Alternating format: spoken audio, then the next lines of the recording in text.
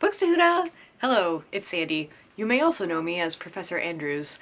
If any of my previous students are watching, hello! This might be the series of videos for you. Today, I want to start a series of videos for my channel where I talk about writing, specifically collegiate level writing. Leaving teaching was a difficult decision for me because I really enjoyed it. I love writing. I love showing other people that writing isn't this scary manifest destiny type skill. It's a skill that you craft. It's a skill that you choose to cultivate. It's a skill like any other skill. Good writers, well, good writers don't come out of the womb good writers. They come out of the womb like anyone else. We all start at the beginning of writing.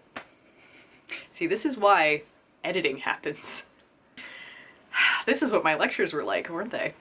No, I had notes. Maybe I should make some notes and then have them. Okay, I'm back. I have notes in my notoriously illegible handwriting. My students will be able to tell you. So, an introduction to me. Why should you listen to me about writing at all? I have a bachelor's and master's degree in English literature. I have been a devotee, a lover, an admirer of literature, as you may note from all of my books behind me, for my entire life. So I've taught composition for about 3 years, and I would still be doing it, frankly, if it paid more, because I loved it, but the humanities are a sinking ship. People don't understand the value of words, of written communication, of verbal communication anymore. So that's what these videos are going to help combat, I hope. I want to show that writing is still a valuable skill. Words are everything. If you understand words, you can understand the world. You can understand other people. You have to be able to express yourself in order to be a successful person, I think. Not just a business successful person, but a successful individual. A full-rounded, a well-rounded person. So I've taught at 2 different colleges, 1 high school. My high school students called me the dankest professor. I've also worked as a writing tutor. I have taught all kinds of students. I've taught young students, as young as high school sophomore, I think, all the way up to people, who are like the same age as my parents. So, and I can speak to the whole range because I'm basically a Victorian English person, but I'm also a millennial. Buzzword. I believe, developed a system to teaching collegiate writing that will be useful to you and also give you this, it won't bore you to death. Because my philosophy is, I don't want to bore myself while teaching you, so why would I make boring lectures? Why wouldn't I try to make it fun and approachable and entertaining for both of us? So that's what this series of videos is going to be about. How to write a collegiate research paper, or just how to develop your collegiate writing skills in general. Something that I like to tell my students on the very first day of class that I don't think is made clear by by educational institutions is why composition is required as a class for everyone. Because it's not just English majors who are going to, or journalism majors or business majors who are going to need these classes. Everybody needs to know how to express themselves in writing. Eventually, someday, you're going to have to write a cover letter, you're going to have to write an email, and it's going to be longer than 140 characters, or it should be. You're going to have to know how to express yourself in written communication. And that is the point of composition. It is to take your writing from whatever level it is, whether you've never read a book in your life, or whether you have read oodles of books like myself, and to get your writing from whatever it is to the level that professors expect. Because it's no secret, I don't think, that if you're already a good writer, you get better grades on papers, right? I mean, if you think of somebody who you think of as a good writer, they probably get better grades on writing assignments than you do. Or, than somebody who isn't a good writer. And it's not because the teacher is playing favorites, it's because the teacher can understand what they're saying. The student, the good writer, is speaking that teacher's language. They have learned the conventions, they have internalized them, whether it was a conscious process or not, and they know how to present their ideas in a way that the teacher is going to be amenable to and is going to understand and give a good grade, honestly.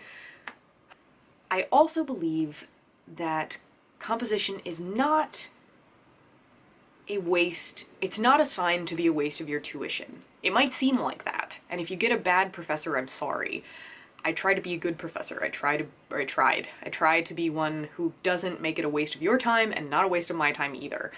So there are classes, I think, that are a waste of tuition. I had to take a science course. That course had a lazy professor. We had like 200 students in that class. I got 100% of my final exam because it was all multiple choice from previous quizzes, and all you had to do was memorize the first word of the correct answer. I learned nothing. I just did rote memorization. That's the kind of stuff that is a waste of tuition and time. Composition should not be a waste of tuition and time. It should be a chance for you to grow as a person, and they require it because it is a skill that you need to do well in college. You can use these videos as a supplement to your composition class, or if you're not in college right now and you're, taking a gap year or just want to learn how to be a better writer in general, these are for you too. I'm gonna teach how to write just more coherently. I want to help you find your voice. I'm gonna teach you the conventions of some grammar. I'm not gonna bore us both to death. I'm gonna do some videos for teachers too. Recommending textbooks, recommending assignments, that kind of thing. Some of these videos will feature content that has been inspired by textbooks. I will not use anything that has come from a textbook because plagiarism! So I will be sure to cite my sources. And that's a big thing we're going to talk about in these videos. How to avoid plagiarism. Because your teachers will catch you.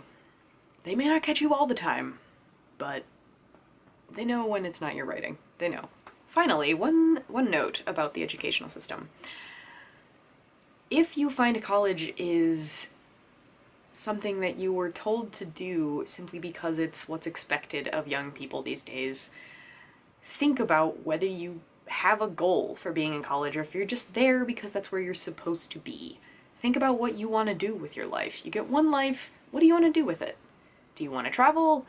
Do you want to become a scientist? What do you want to do? Is college where you actually belong?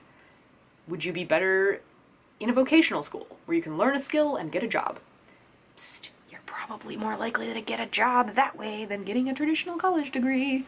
I have 2 degrees and I'm mostly unemployed. Just think about that, because I think higher education is not for everyone, and that's not an insult. It's a truth. If you're not inspired by a love of a certain topic, why are you going to college? Why? Just think about why you're going, where you really belong, what you want to do. Because ultimately, it could be 4 years from now and you've accumulated, how much is a semester? 16,000? 6,000? I can't remember. But, you're going to accumulate, likely, over $25,000 or $50,000 worth of debt, and you're not going to have a degree that's going to get you a job right off the bat. That's just not how it works anymore. So, be realistic and think about what you want to do. Future videos you can expect in this series / on this channel. My regular scheduled videos will continue, where I talk about what I read, what I'm fangirling about at the moment, that kind of thing. In this series, I want to talk about words and how they shape the way we think, connotations versus definitions. I want to talk about finding your writing voice, how to filter out bias from your word choice, how properly to use grammar. Don't split infinitives. Different writing genres we'll talk about. We'll talk about coming up with a thesis. We'll talk about introductions. We'll talk about conclusions. Those 2 things used to be my least favorite parts of writing. Now I have systems because I had to teach people how to write them. So now I know how to do it. Now that I'm not writing papers anymore. I'm going to teach you how to do research. I'm going to teach you how to cite things. This will be MLA because I've written one paper in Chicago style, and that was... So, MLA pretty much only here. Although my writing tips can be used, I would say, for the most part, in any kind of paper. But obviously, if you are in a certain discipline that requires different kind of writing, don't listen to me. We'll talk about what is a thesis, how do you get a good thesis, what is a good research topic, all these kinds of things. And if you have a request for a video or a discussion, type in the comments below and I will address it.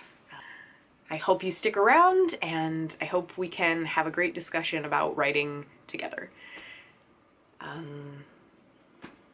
Okay, thank you very much for watching, and I will be back soon. Books to Huda! I need to come up with a catchy title for this series. Writing with Sandy. That's not catchy. Writing with Books to Huda is even... Writers to Huda is not catchy. It's not a pun. Like Cooks to Huda. That was good.